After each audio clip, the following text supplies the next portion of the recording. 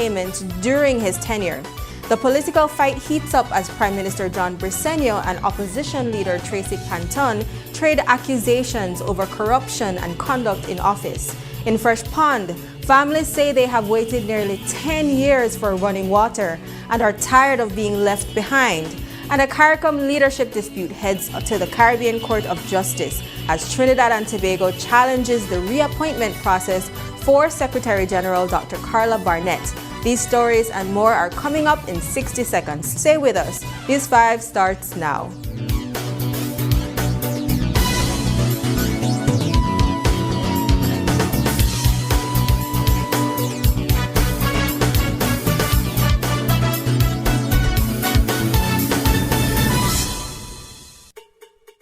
It all seems cool. Hanging on the street, no school to keep you back. No 8-to-5 job to hold you down. No responsibilities. Running things in your neighborhood. Guns, drugs, fame. Even the media calls your name like you're a big deal. Until you're lying on the street, dead. Your mother crying. Kids left without a father. 'Cause make no mistake, that's where you'll end up. Today, tomorrow, a year from now, 5 years from now. In Belize, when you choose to join a gang, there are only two things in your future: a hole in Lord Ridge or a cell at Kobe. Gang life is no life.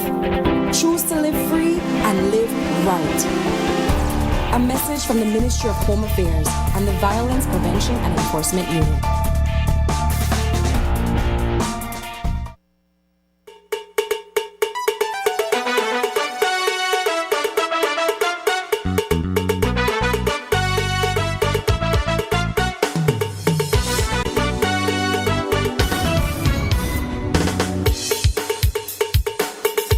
Welcome back. A routine crop dusting flight turned deadly this morning near Spanish Lookout when an experienced pilot lost control of his aircraft and crashed in an open field near Mennonites Beach. The veteran aviator was reportedly spreading fertilizer at the time of the incident. Police and civil aviation authorities have since launched an investigation to determine what caused the aircraft to go down. News 5's Shane Williams has the details. What you are seeing behind me is the initial stages of a joint investigation between the Belize Police Department, the Department of Civil Aviation, and the National Fire Service. Their task will be to determine just what happened moments before that crop duster being flown by Henry Plett fell out of the sky and landed in this open field. We understand that just before 11, Henry Plett was fertilizing the area just beyond those trees, and he was doing a maneuver that he has done thousands of times in his over 15-year experience as a pilot when the plane suddenly fell out of the sky. Other agricultural pilots from the community who viewed footage of the crash but declined to appear on camera described the aircraft as nosediving, leaving little chance for ejection or recovery before impact. Police officers, personnel from the Department of Civil Aviation, and members of the Spanish Lookout Fire Service quickly responded, securing the area as investigators began examining what caused the aircraft to go down. Among those who arrived at the scene was former Spanish Lookout Chairman Leonard Reimer, who had seen Plett only minutes before the crash. I saw him, that was about 20 minutes before he crashed, or maybe 30. Yeah, I left my home and I met him on the road. He was going with a motorcycle towards the airstrip to start to do his job with the plane. And I told my guy who was with me, I told him, this is the plane pilot. He is now going to fly again. He's very known as a very positive guy. He's always a friendly and humorous guy, and the sad thing is that he was just getting prepared to get married. Very shortly, he was happy to look forward into a marriage, and that's very sad for his girlfriend to experience this. Plett was no stranger to agricultural aviation. Fellow pilots say he had more than 15 years of experience flying crop dusters and was well known throughout the farming community. Ironically, today's tragedy comes almost exactly 8 years after another serious accident involving Plitt. On July 16, 2018, he survived when another crop dusting aircraft crashed in the More Tomorrow area. They met one Henry Plitt, who informed that whilst piloting a crop duster aircraft spraying rice fields in the area, the aircraft experienced mechanical problems, and as a result he attempted to land the aircraft, and in the process he crash landed, and shortly after he was able to exit the aircraft burst into flames. He did not receive any injury. This time, however, there would be no escape for Henry Plitt. According to those we spoke to in the community, Henry Plitt will be remembered for his kindness, his work ethic, and his dedication to his community. Reporting from Spanish Lookout for News 5, I'm Shane Williams. When Oscar Mira took the oath as Minister of National Defense in March 2025, he made history as a former Belize Defense Force soldier returning to lead the very ministry where he once served. But records obtained by News 5 reveal that during his tenure, a company linked to his family received a surge of payments from the ministry. An analysis of leaked SmartStream invoices show that more than 74% of MP Farms' earnings from the Ministry of Defense were paid out in 2025, while Mira was the substantive minister. The findings raise new questions about how government contracts are handed out, whether proper safeguards were followed, and the role family-connected businesses play in securing public funds. Tonight, News 5 digs into the documents, follows the money, and examines Mira's response to the concerns. I, Oscar Mira, do swear that I will bear true faith and allegiance to Belize. I will uphold the Constitution and the law, and that I will conscientiously, impartially, to the best of my ability, discharge my duties as minister and do right to all manner of people without fear or favor. In March 2025, just days after the general election, Oscar Mira took charge of the Ministry of National Defense.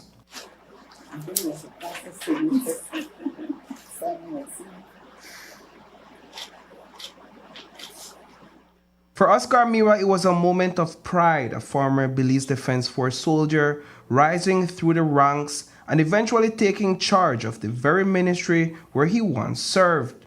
In March 2025, Mira moved from Minister of State to Substantive Minister of National Defense, a post he held until late November. But while he was at the helm, payments continued flowing from the Ministry of Defense to MP Farms, a business linked to the Mira family. According to leaked SmartStream invoices reviewed by News 5, MP Farms received payments from the ministry beginning in 2024, while Mira was Minister of State. And those payments continued through June 2026, months after he had left the portfolio. Across that 3-year period, the company earned well over $5.7 million from the Ministry of Defense. But what is even more striking is that this fruit and vegetable supplier earned 70% of that total in 2025. The same year, Oscar Mira served as the substantive minister.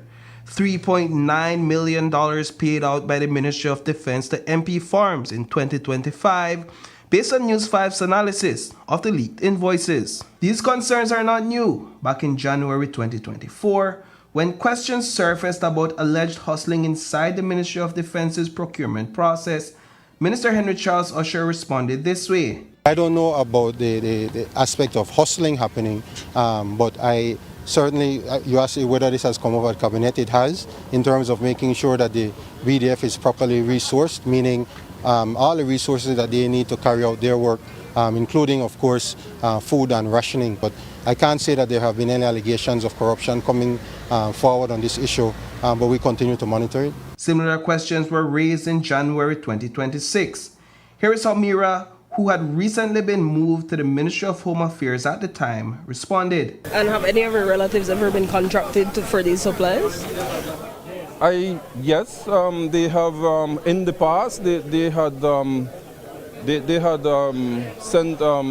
applied for tenders and they had been granted both under the previous administration. But the records tell a different story. It was not a thing of the past. According to the leaked SmartStream invoices, MP Farms received payments on February 2nd, 2026, just 3 days after that interview. Reporting for News 5, I am Paul Lopez.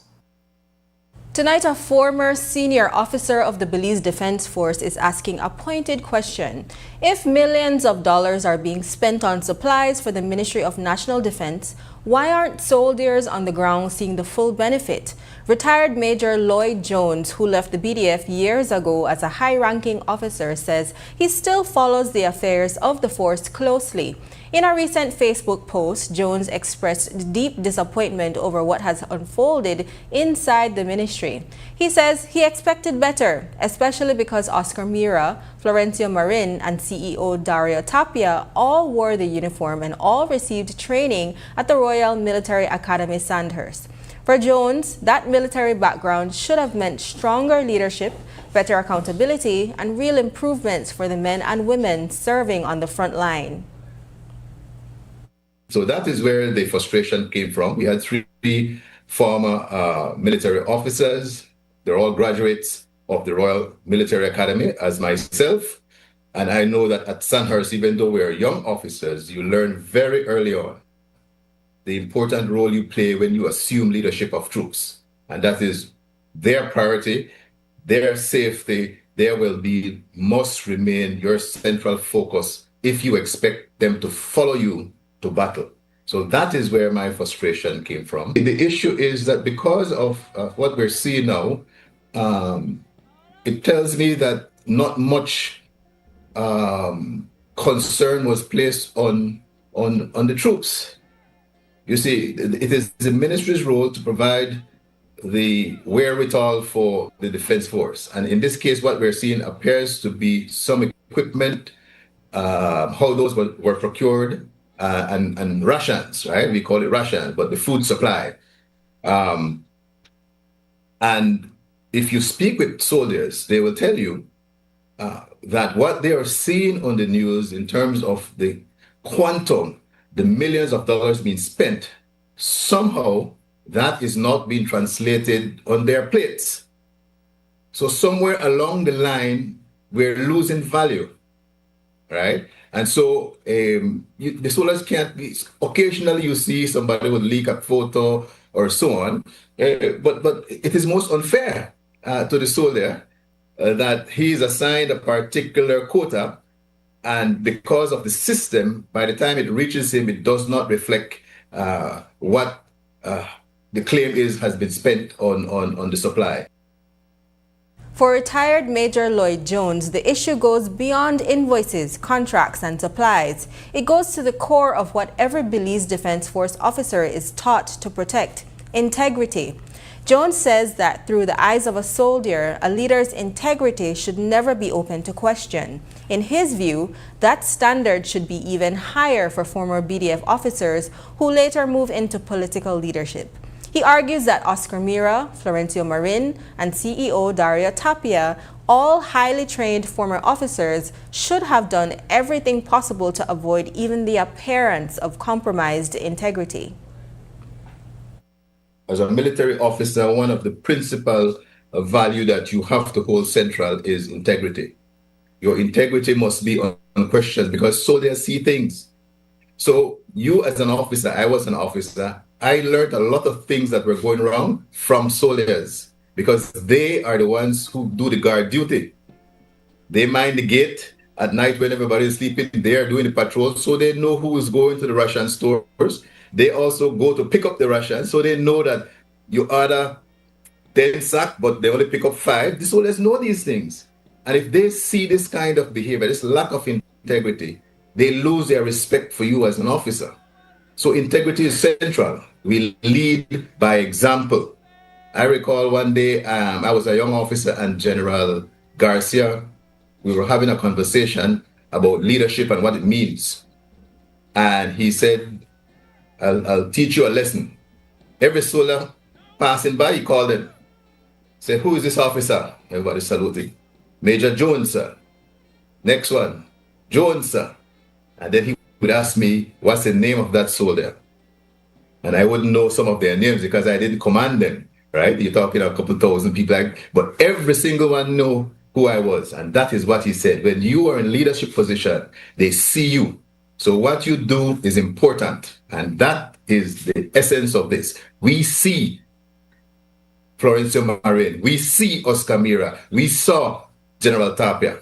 And that is what is creating the problem and the challenge for me. I'm having difficulty not seeing what I'm seeing.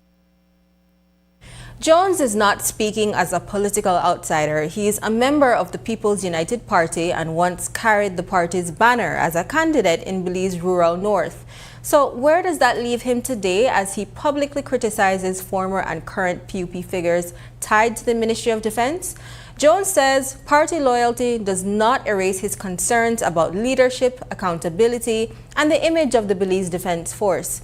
And when asked whether Oscar Mira and Florencio Marin Jr. should ever return to the Ministry of National Defense, he did not hold back. The problem seems to me to be the degree of tolerance that the Belizean people seem to have for this kind of behavior. Because at the end of the day, if the people tolerate this kind of behavior, trust me, it will continue to happen. And if it goes unchecked, you begin to attract people who are less than honorable to Belmopan. Do you think these men are still fit to serve in their roles at the Ministry of Defense? I don't think so. I don't think they can recover from this. Like I said, the troops would have lost every and any confidence they had in them. And I think it would be a disservice to the BDF, the men and women who toil day in and day out. They miss holidays, Christmas, New Year's, christening, baby thing. They're along that border defending what we call ours, 8,867. And if they were to return to the Ministry of Defense, I'm telling you, the soldiers would be absolutely disappointed. I mean, I will throw this in, they never asked me, but right now, based on what I am hearing, the police is extremely excited and happy with Julius. You understand? And that's important. If you expect people to follow, leadership must inspire them. Jones says he will remain a card-holding member of the People's United Party. He also commended Prime Minister John Briceño for taking swift action on this matter. Coming up, the UDP says talk time is over. On Friday, the party takes its fights to the streets of Belize City, calling on Belizeans to march against the Briceño administration.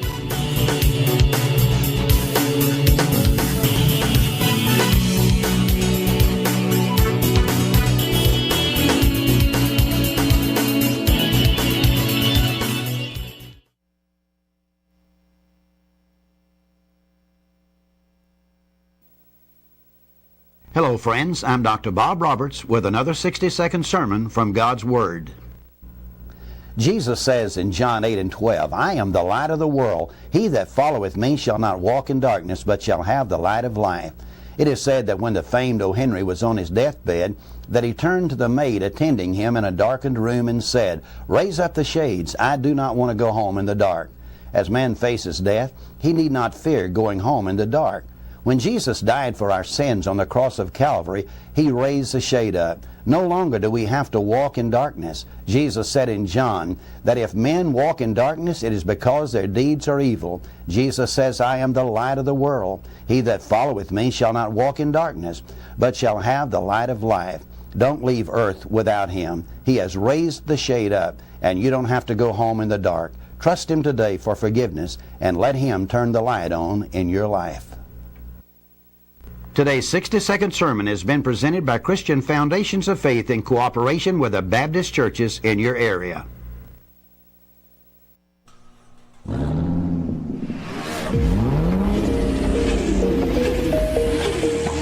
Rev up your engines at Puma Energy and get ready for an exciting chance to fuel, fill, and win.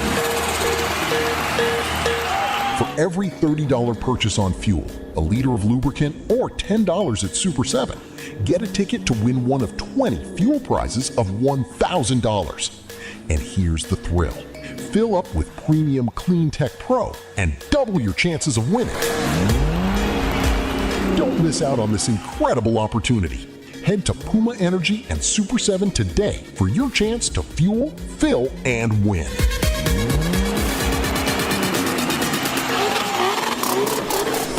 Insurance fact. Did you know Home Protector Insurance provides liability insurance that is for licensing? Public liability insurance for the hotels and guest houses protects the guests staying at the resort. Tour operators insurance for on-site tourists, and marine passenger liability for passengers.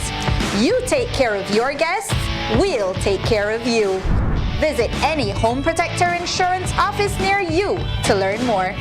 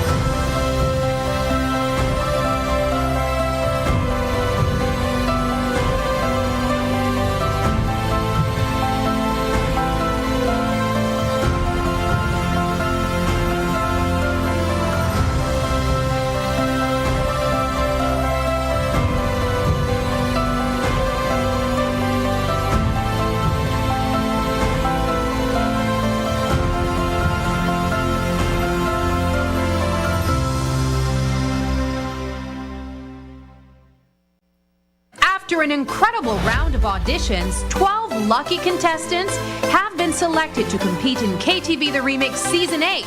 And now it's time to see them shine live.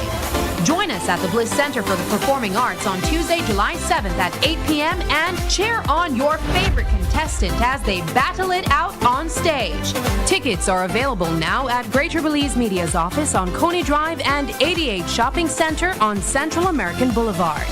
Don't miss the excitement of KTV The Remix Live. We'll see you at the Bliss.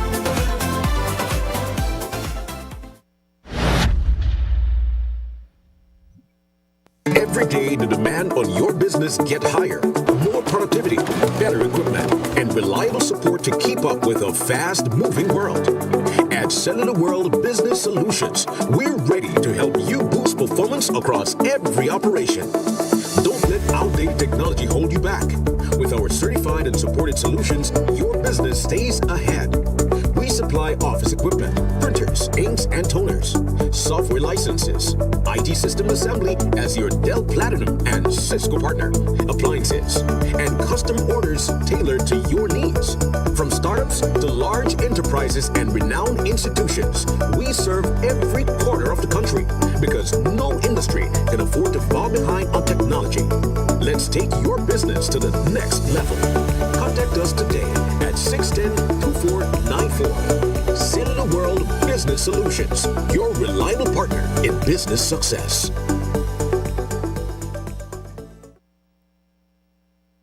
The political gloves are off tonight as Prime Minister John Briceño and opposition leader Tracy Panton trade sharp accusations over corruption, character, and conduct in public office. The back and forth intensified after the Prime Minister took aim at Panton's record in government during this weekend's NPC meeting in Dangriga, declaring that she has no moral authority to speak on corruption. Panton has since fired back, describing the remarks as defamatory, abusive, and an abuse of political power. She says the Prime Minister crossed the line and has now threatened legal action to protect her reputation. Tonight, we have both sides of the exchange, what the Prime Minister said and how Panton is responding. Tracy, we think that the people forget how she gave way Bolido to a member of the borough government. We have to remind her, who did she give the Bolido to? We have to tell her that she has no moral authority to talk about corruption because Tracy Panton has been one of the most corrupt ministers that the government have ever seen. It is cowardice coming from the head of state. The only time the Prime Minister let him present whatever evidence he may have. I have served this country for 40 years in public service, unblemished, given my blood, sweat, and tears to the work of nation building. And he will come after me. I hope he knows what ants' nest he's stirring. I say it because it is not acceptable to disparage or to seek to defame or seek to malign a member of the National Assembly, the leader of the opposition at that. The UDP says it is done talking and is ready to take its frustration to the streets. On Friday, the party plans to lead a demonstration through Belize City, calling on Belizeans to join them in protest against the Briceño administration. Opposition leader Tracy Panton says the march is about more than politics. She points to the Ministry of Defense scandal, rising crime and violence, and the high cost of living as issues that should concern every household. According to Panton, the moment demands action, and she's urging citizens to show up and make their voices heard. I think what has been in the public domain so far is just the tip of the iceberg. And there is more information that is unfolding. And I think the Prime Minister's attempt to be dismissive of the information that is in the public domain is deeply disconcerting. It has to be addressed. It has to be addressed, in my view, by an independent and forensic audit, not only on those ministries and departments that now we have information, but it is a systemic, in my view, systemic infractions in terms of the financial system, and we can't normalize corruption. And while the United Democratic Party is leading this protest march and rally, this is a call to action by all Belizeans to come out, to bring some greater visibility to the issues that we are facing, to be able to express our views on this matter, whether you're members of the union, civil society, the churches. We invite every ordinary citizen that is struggling to join us. This is not just a political rally. The demonstration is expected to begin in front of the UDP headquarters, where protesters will make their way to the Battlefield Park in downtown Belize City. Former Miss Universe Belize Isabella Zabane is defending herself after days of criticism over her call to raise government's $10,000 procurement threshold. In a statement, Zabane claims that she does not defend any corruption under any circumstance, explaining that her comments at the People's United Party National Party Council in Dangriga were made not as a Miss Universe title holder, but as a private citizen and voter. Her remarks come as the Mira Millions investigation at the Ministry of Defense continues to shine a spotlight on government spending practices. In the statement, Zabane stood by her position that procurement rules should be reviewed to reflect today's economic realities while maintaining strong oversight, writing, quote, "Belize deserves a government that is both efficient and accountable. We should never have to choose between strong oversight and effective administration.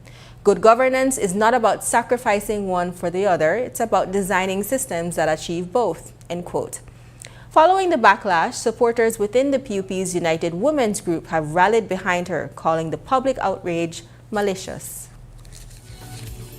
Still ahead, a bicycle ride in Santa Elena turns tragic. Cheryl August is left seriously injured, and tonight, her family is demanding justice.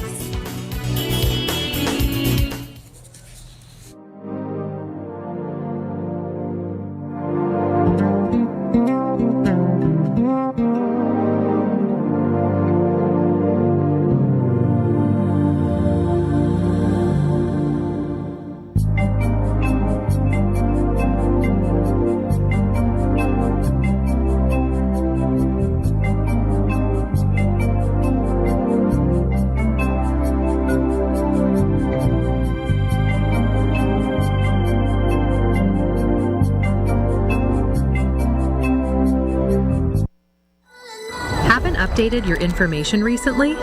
Well, kick off the new year as a winner. RF&G Insurance is giving you a free chance to win every month. Entering is easy. Just chat with us on WhatsApp and update your information. That's it. You'll be automatically entered into our monthly raffle for a chance to win awesome prizes. Don't wait. Message us on WhatsApp and update your info today. RF&G Insurance. It pays to get it right.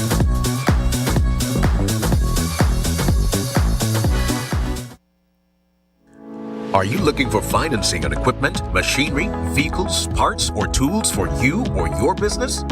Benquip and Belize Bank have partnered to make purchasing easier than ever with Belize Bank's convenient online loan application platform. Simply apply online, get fast and secure financing, and access the equipment or vehicle you need to keep moving forward. Even better, use the promo code when applying and enjoy a special promotional interest rate exclusively for Benquip customers. Whether you're upgrading your fleet, investing in new machinery, or purchasing essential parts and equipment, now is the perfect time to make it happen. Visit Benquip today and ask about Belize Bank online loan financing. The next station is not just a place, it's the vacation capital of the world.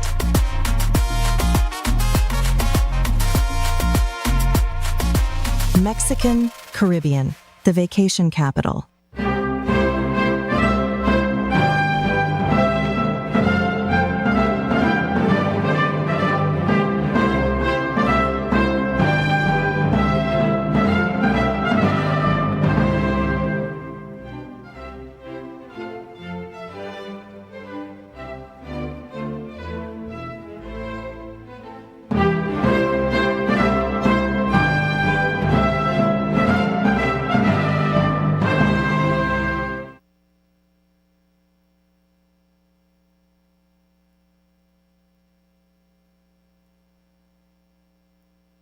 Over the past 5 years, Digi has invested more than $17 million to revolutionize Belize's digital future.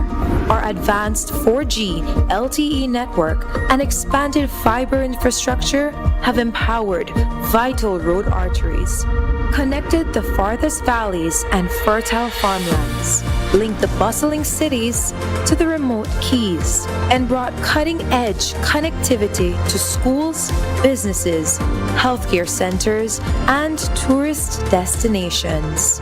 fueling economic growth, enhancing education, and strengthening communities across the nation. By choosing Digi, you're leading Belize's digital transformation, bridging distances, opening opportunities, and empowering every corner of our beautiful country. Connect with Digi. Empower Belize.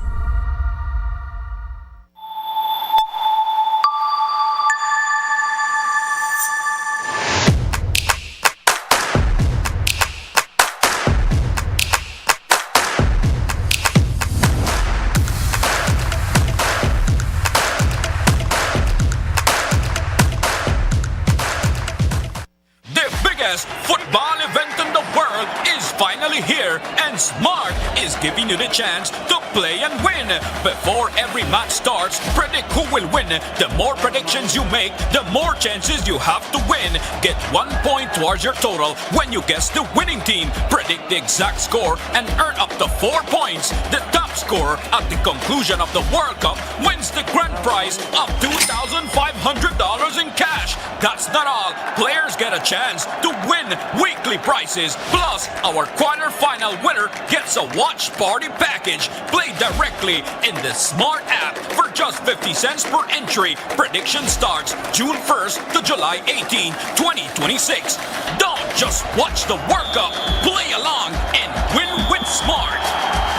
Smart, bringing people together.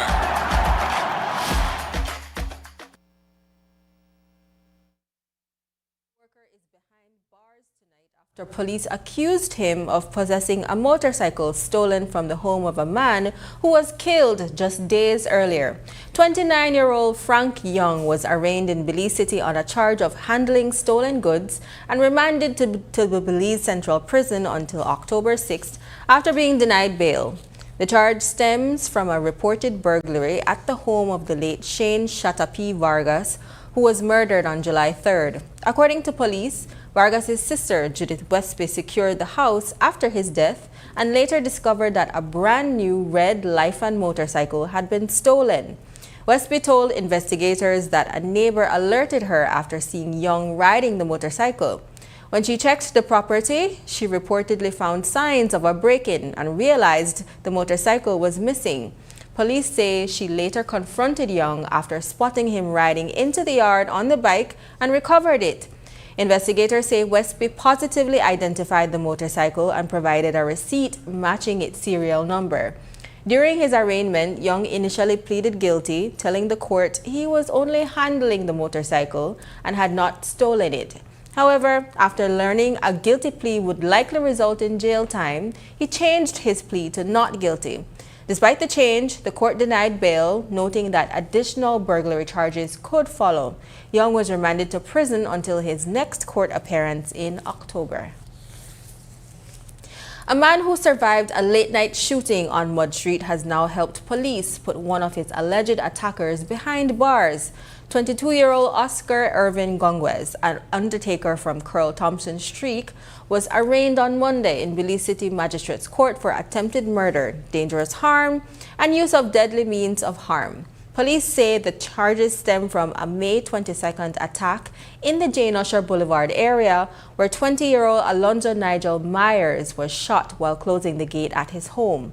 Investigators say two men ran up and opened fire before escaping. Myers was rushed to the KFMH in critical condition, but survived. Police later recorded a statement from him in which he reportedly identified Gongwez as one of the shooters. Gongwez was later detained last week and formally charged. Because of the serious nature of the offenses, the court denied bail and remanded him to the Belize Central Prison until September 24th. We reached out to Kevon Gabriel's family today, but they asked for privacy as they attended his post-mortem. Police say they are aware the family may take legal action after Gabriel was fatally shot by officers in Belmopan. The department maintains that officers responded to an emergency domestic violence call involving property damage and threats against a pregnant woman. Still, investigators are reviewing what led to the deadly encounter.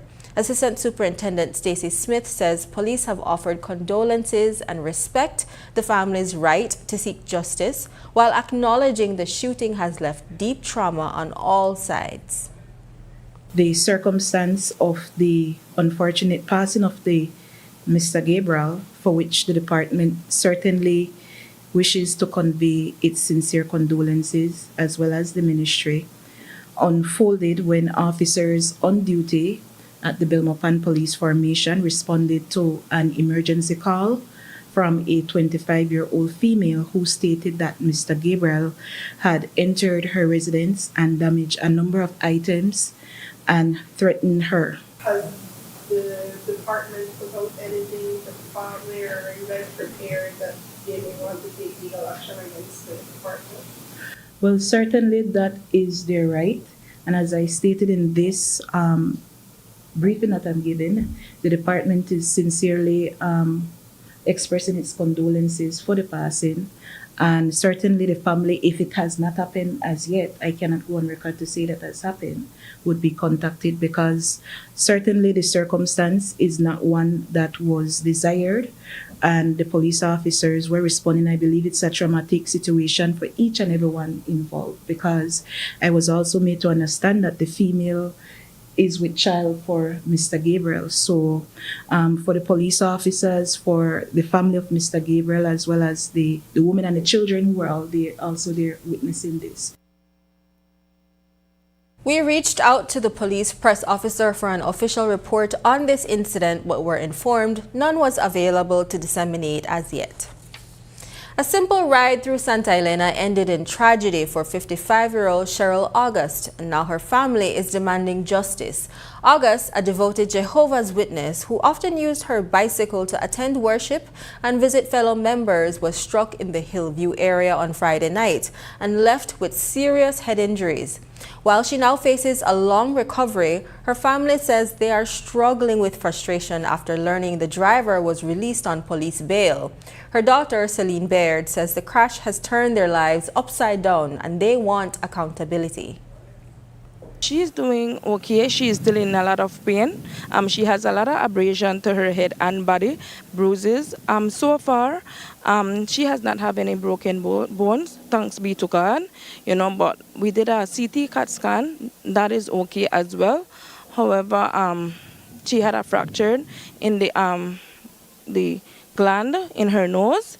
And so far, that's about it. She has just left for dressing because she constantly needs to go back to the clinic to get medication and dressing. She's a very cautious rider. Everyone here in Santa Elena that come across my mom knows that she always wear her reflective gear, and she would make sure that she's riding on the correct hand and so forth. She's very cautious.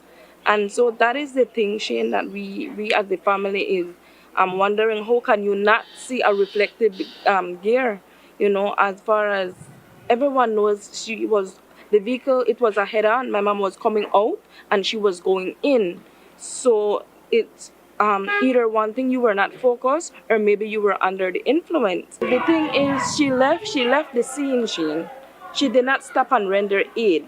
And this is what me and my sibling is going through, because then we are saying that what my mom would have wanted, my mom would have said, leave it alone, as the Christian thing to do.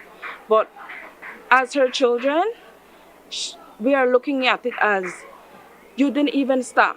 If it was whereby she stopped, she maybe take her to the hospital or something, then we would say, okay, she is genuine. She is sincerely sorry, she did not mean it. But for you to just leave her there, and based on information that we are receiving, is that they had to get her from her home. After the break, Fresh Pond families say they've waited nearly a decade for running water. While nearby developments get full service, residents are still buying, borrowing, and catching every drop.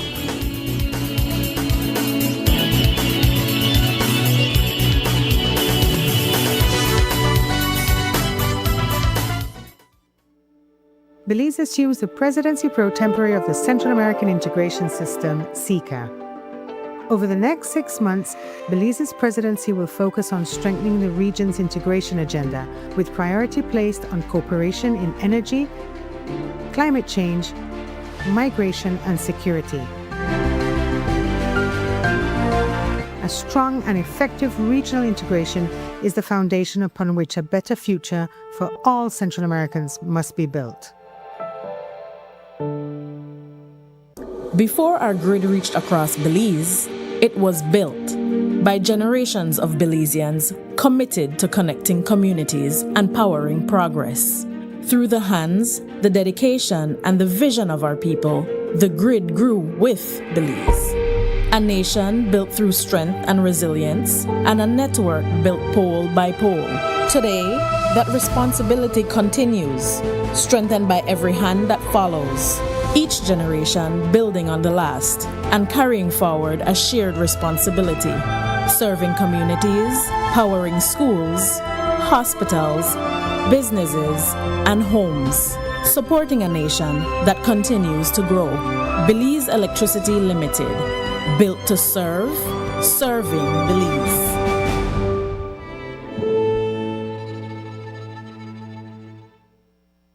Rotavirus is a leading cause of severe watery diarrhea and vomiting in young children. It can lead to dangerous dehydration and hospital visits. The good news?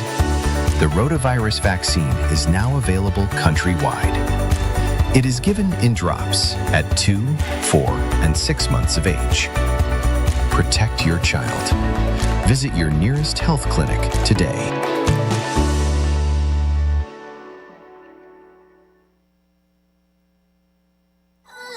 Haven't updated your information recently? Well, kick off the new year as a winner. RF&G Insurance is giving you a free chance to win every month. Entering is easy. Just chat with us on WhatsApp and update your information. That's it. You'll be automatically entered into our monthly raffle for a chance to win awesome prizes. Don't wait. Message us on WhatsApp and update your info today. RF&G Insurance. It pays to get it right.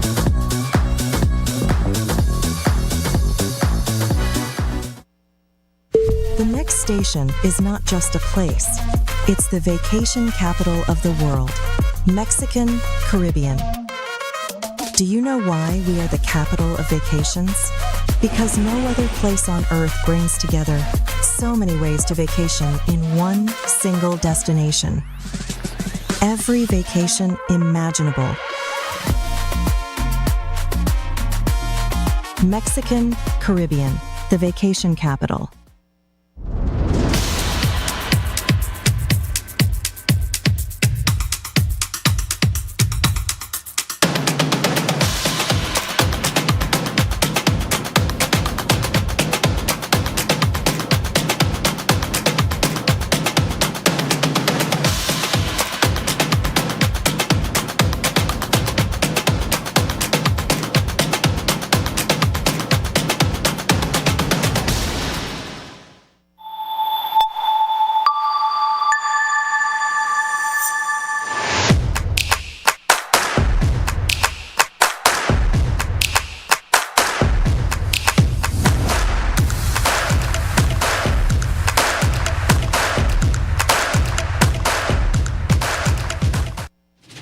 Belize wakes up connected to opportunity. And across our country, the work to keep Belize connected continues. SMART continues expanding our network across the country, bringing stronger coverage to more communities. With recent service enhancements in areas at Blue Creek and Progreso, Belize City, Orange Walk, and more on the way. We're bringing education closer to home, empowering entrepreneurs to grow their businesses, supporting industries that drive our economy, and keeping families connected wherever life takes them. With every expansion, we are investing in the infrastructure that moves Belize forward. Because connection isn't just about signal, it's about opportunity, progress, and the future we are building together. SMART, bringing people together.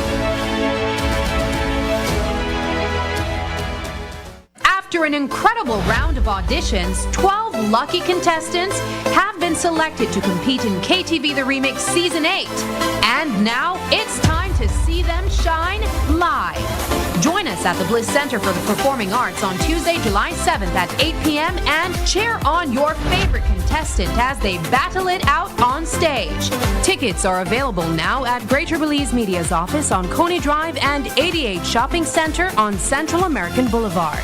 Don't miss the excitement of KTV The Remix Live. We'll see you at the Bliss.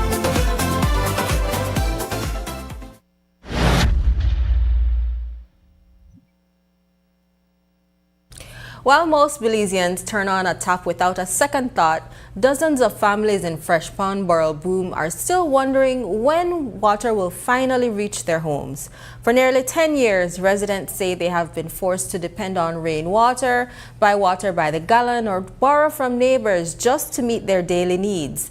Now, as new developments nearby enjoy reliable service, frustrated residents are asking why their communities continue to be left behind. Today, News 5 visited Fresh Pond to hear firsthand how life without running water has become an exhausting daily struggle and why residents say their patience is running dry. Water is an essential part of everyday life. We use it to drink, to cook, to take showers, and to wash our clothes. But now imagine doing all of that without knowing where your next gallon or even your next cup is coming from. For about 30 residents of the Fresh Pond community in Belize District, that's not just an imaginary scenario. That's their everyday life because they don't have access to a water system. I've been living here for the past 9 years, and since I came here, we haven't been having access to no water. And there is only one neighbor that's been giving us water here for these couple of years, and thanks to him, we want to say Mr. Doyle Gillett.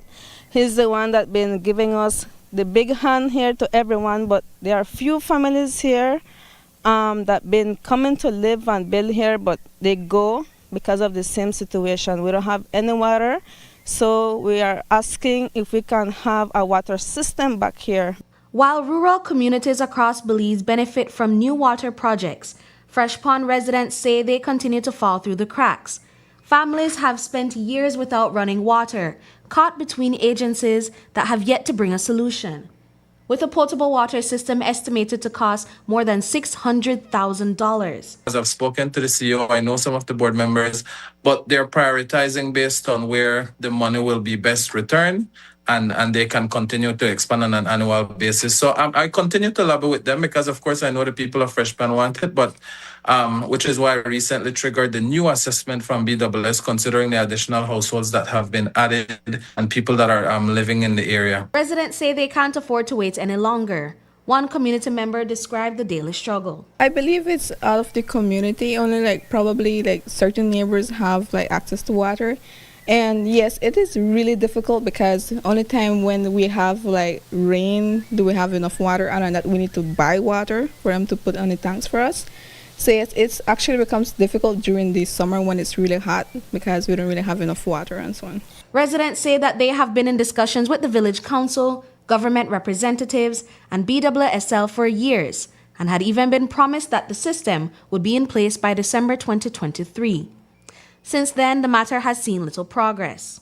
From then, we haven't heard anything. We've been going back to back with them, and they say that they will try to find someone to bring water for us, but still nothing is working out for us. So eventually, everyone is tired of it. To access water, residents have been relying on the kindness of family and friends who provide them with water during the dry season. ERA representative Marconi Lyell Jr. also helped bring water to the community last year with the donation of a pump and gallons of water. Over the past few years, we've been assisting via the Ministry of Rural Development, supporting them with getting water system in the area when during the dry season. And if rural development was not available, then we would have requested from BWS to support. So it's a support that we've been doing. We know that it's a temporary solution. And so over those years and during that time, we've reached out to SIF, who had ongoing project which does not happen on an annual basis. Now residents are urgently appealing to the government and Belize Water Services Limited to deliver a permanent water system to their community. All of them are actually upset about it because, yes, we have been surviving for a while like that, but it's not really the best option for us. So, yes, they want to change that. The Ministry of Rural Transformation says it has been working with BWSL to bring water to the area, which falls under the utilities jurisdiction. We reached out to BWSL for a comment, but the company has yet to respond. Brittany Gordon for News 5. Shortly before the newscast, BWSL responded to News 5 stating, quote, "While the main village area has potable water, extending service to the remaining developing areas is not a simple connection. It requires significant investment. This expansion has been considered and included as part of the company's 5-year plan. At this stage, the project remains subject to the necessary planning and requirements." End quote. A seasonal nuisance has become a growing problem for Belize City. Massive amounts of sargassum have washed ashore in recent weeks, blanketing sections of the coastline and raising concerns about foul odors, environmental damage, and public health. City officials say the volume is unlike anything they have dealt with before, prompting urgent discussions on how to remove and properly dispose of the seaweed. Today, Mayor Bernard Wagner told News 5 that the council is working closely with the Department of the Environment to tackle the issue before it gets worse. We have a current problem right now, but how will we address it in the short term, medium term, and long term going forward? And so that meeting essentially it was a brainstorming session, and we also wanted to see how we could immediately do some level of cleaning up and get to mitigation efforts rather than planning too long in the future, but look at how we need to get on the ground immediately, because it's not just a local problem. This is a national problem as well. So what were the resolutions that you guys came to immediately handle it? Well, we had our city planner, as well as our engineer, Floyd Williams, and along with our works director. They were to go on the ground and essentially see the extent of the inflows and come up with a plan of how we get those inflows out of the city in the short term. What will we utilize? What kind of equipment will we utilize to begin to get it out? It's an environmental and health issue, as you may know, and so we wanted to act quickly, and that is why they are on the ground, and they will be reporting back to us as to how, what level of machinery we'll need, trucks we will need. I know that my CMO coordinator, Miss Melanie, was on the phone this afternoon with the DOE to see where we'll dispose of those sargassum, and they had indicated to her that the facility, the waste management facility, is the best facility for disposal. According to Wagner, the council's goal is to move quickly from planning to mitigation, clearing the shoreline before the problem worsens. A leadership dispute inside CARICOM is now heading to the Caribbean Court of Justice. Trinidad and Tobago has maintained its objection to the way the Secretary General of CARICOM was reappointed, and regional leaders have now agreed to seek an advisory opinion from the CCJ. The matter came up during Monday's retreat of CARICOM heads of government, where the community acknowledged Trinidad and Tobago's request to have the court interpret the process under the revised Treaty of Chaguaramas. Until that opinion is considered, CARICOM says the status quo on the Secretary General's reappointment will remain. Regional leaders are framing the move as an effort to settle the issue amicably, while also reinforcing the CCJ's role as the body created to interpret CARICOM's treaty. They also insist that the dispute is not an attack on any member state or individual, but part of a wider push to strengthen governance across the community. Tonight, we looked at what triggered the objection, why the matter is going before the CCJ, and what it could mean for CARICOM's leadership going forward. Here's regional correspondent Peter Richards with the latest from Castries, St. Lucia. Day 3 of the 51st meeting of the Caribbean Community CARICOM grouping will be remembered for the decision taken by the regional leaders to send the issues surrounding the reappointment of the Secretary General to the Trinidad-based Caribbean Court of Justice. Their position was outlined by the St. Lucia Prime Minister and CARICOM Chairman, Philip J. Pierre. The Republic of Trinidad and Tobago maintained its objection to the process used in the reappointment of the Secretary General of the Caribbean Community, CARICOM. CARICOM acknowledged that the Republic of Trinidad and Tobago desires to have the issue of the reappointment of the Secretary General referred to the Caribbean Court of Justice, CCJ, to render an advisory opinion thereon. To facilitate this request, the community agrees to commence proceedings to secure such advisory opinion in accordance with Article 212 of the revised Treaty of Chaguaramas. The community acknowledged that this is the very purpose for which the CCJ was created, to be a treaty interpretation body. The community further agreed that the status quo with respect to the reappointment of the Secretary General shall remain unless and until the community considers the said advisory opinion from the CCJ.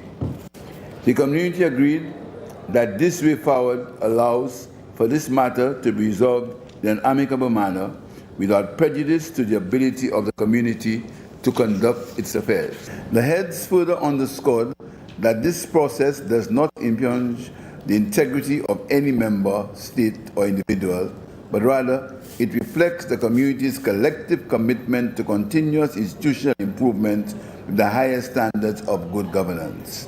The heads have reaffirmed their commitment to the ideals and objectives of the community and will continue to move forward in unity to advance the interests of the region during these difficult times. Trinidad and Tobago's Prime Minister Kamala Persad-Bissessar, who has led the objection to Barnett's reappointment, welcomed the CARICOM's position. I welcome the decision of the CARICOM. I think this is the best way going forward to resolve the issues we may have had. Jamaica's Prime Minister Andrew Holness, who had also written to his colleagues on the issue, said it was an important decision taken by the regional leaders. Well, we're very pleased that the heads could have come together and crafted a solution which I believe would be for everyone's satisfaction. It's important that these procedural matters not only be settled by mutual acclamation, but also established in a declaration of a court, which then enshrines that in process going forward. On Tuesday, CARICOM officially welcomed French Guyana as a CARICOM associate member state.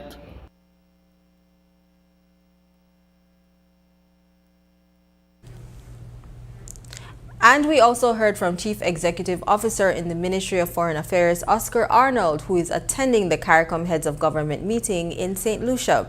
Arnold gave us his thoughts on the developments regarding Secretary General Dr. Carla Barnett. Insofar as the development of the Secretary General, the heads of states and the heads of mission have agreed to a way forward.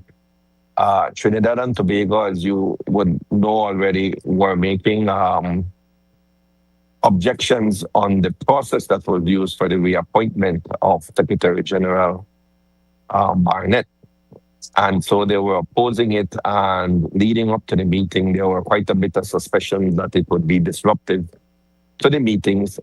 In the initial retreat that was held by the heads that went, I believe it was for about 6 or 7 hours, it was agreed upon a way forward. And that way forward is that the CARICOM will look to the CCJ to provide an advisory opinion on the reappointment of the Secretary General. And during this period, up until when that advisory opinion is received, the status quo will maintain, meaning that Secretary General Barnett will remain in the post. And if it goes beyond the current contract that she has, that status quo will be maintained up until they receive the advisory commission at which point the heads will sit down and they will meet again and go over the opinion when received. Arnold says that the heads realize that this is the best approach to bring dispute to finality. Up next, 22 Belizean entrepreneurs get $5,000 push to grow their businesses as BEEP wraps up a final boost for small enterprises.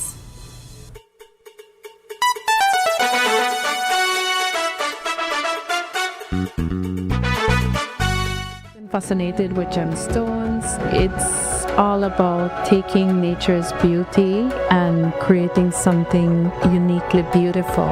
I've had inspiration from the Belize Blue Bull, the beaches, the jaguar. I've launched a new product called Co-Design with Deb, and Atlantic Bank's e-commerce system has opened the door to my international customers so I can receive payments so they can have their custom pieces shipped to them. Atlantic Bank, building the future together. The biggest football event in the world is finally here, and Smart is giving you the chance to play and win. Before every match starts, predict who will win. The more predictions you make, the more chances you have to win.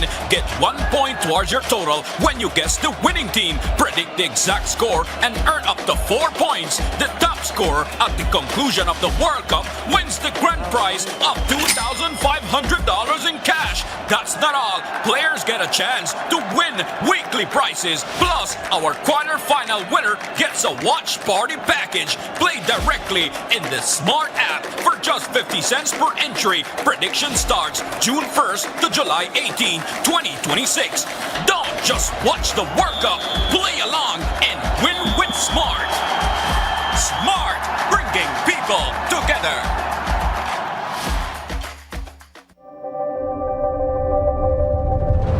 Every connection we make is more than just a signal.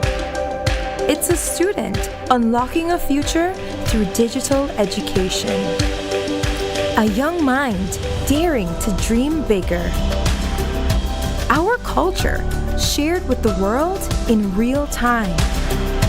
And everyday heroes answering the call of civic duty.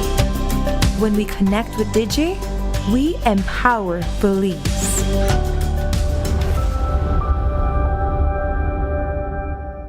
We're ready for the road.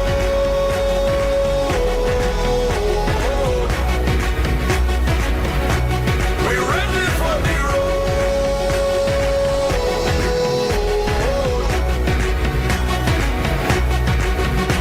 So we're ready. We're ready. Yeah, we're ready. We're ready. Yeah, we're ready. We're ready. We're ready. We're ready. We're ready. We're ready. We're ready. We're ready. Yeah, we're ready. We're ready. We're ready. We're ready.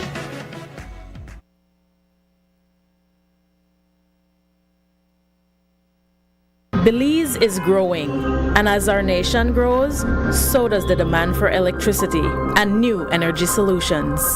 More homes, more businesses, more opportunities.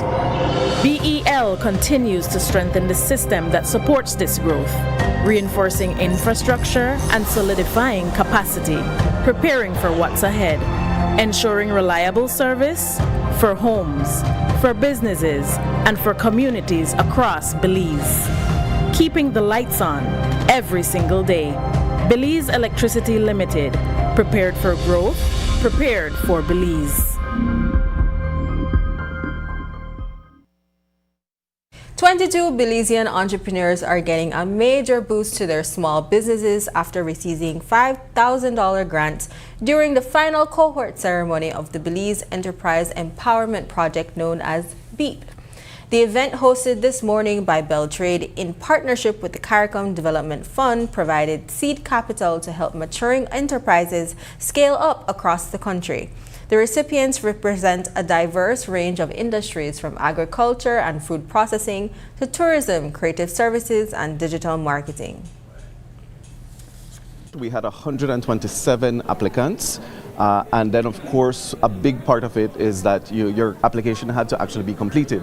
It had to be completed and in good quality. And out of that, 30 persons were shortlisted, 30 businesses were shortlisted, and they went through the training program. A big part of it is that you had to complete at least 80% of the training in order to be able to move on to the next stages. So ultimately, out of that 30, 22 were successful in completing the program and in successfully pitching and convincing the evaluation panel that their business was, viable, innovative, and stood a good chance of success. This is definitely a major step for me and my business, in that it provides and allows me to provide better quality service for my clients. I'm able to expand my equipment, and in doing so, I'm able to provide more services for the clients. I have to say the process was a little rigorous, right? We got to learn about the business from the beginning to the end, which is a good thing.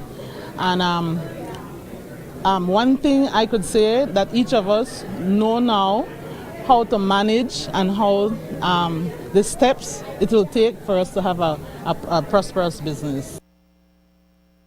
Quiroz emphasized that the grants are dispersed in 2 phases with continuous monitoring to ensure accountability and long-term success. A routine work break turned into a lucky payday for one man in Belmopan. With just $1 scratch and win ticket purchased at AAA supermarkets, he walked away with $5,000. The lucky winner told News 5 that the surprise win has brightened his summer, and today he shared the story behind his unexpected payday. It was around 3 o'clock yesterday. Our guys were on a break, a work break. So I sent one of my workers to purchase the ticket. And when he was coming back, he reached at the shop and he said, man, make I scratch it out. I said, go ahead. So that's when he noticed, he said, man, you won $5,000. I said, you kidding? He said, yes. I said, look at the ticket. I said, nah, man, it can't be. So we went to the shop and see, and the owner of the business said, yes, you won $5,000. So. And what was your reaction when you realized, oh, I'm gonna get $5,000? Well, I looked at it. I said, "What, $1 you make $5,000?" I said, "It's like, oh, it's good." So, what do you plan on using the winnings for? Not sure yet. Still yet to decide. Still yet to decide. And would you encourage other people to play scratch and win? Yeah, I guess it's a good. Don't get a habit of doing it, but now and then. It's good to try, because I'm not someone that purchases often. It's just like a lucky purchase. How long have you been buying them though? Let's say about over a year maybe, but let's say I would buy one every 2 weeks maybe. While he hasn't decided what to use his winning for just yet, he's happy to walk away with an extra change in his pocket. Before we leave you, here's tonight's viewer's voice. On our first story, Fresh Pond residents demand end to decade-long drought. Roberto R. Garcia commented, "No running water in a country that's so humid, really sad times." Very sad times, Roberto. Turning to Isabella Zabane, pushes back on criticism amid procurement debate. Belizean girl shared. Her words were not misconstrued or misinterpreted. She took the time to write down all of what she said, and she quite literally let us know that as well. From the moment she called facts media propaganda, I knew it was BS, and so is this statement for damage control. It's not about telling a woman to shut up and not have a voice. The backlash for this is warranted. Thank you for engaging with us online. Your voices shape the national conversation. Keep those comments coming, and we'll continue to feature them right here. And that's the news. Tonight's broadcast is available at greaterbelize.com, on our Facebook, and on YouTube. I'm Jamie Rock. Also, don't miss the Season 8 premiere of KTV, The Remix, tonight at 8 p.m. only on Greater Belize Media. Thanks for joining us, and from all of us here at News 5, good night.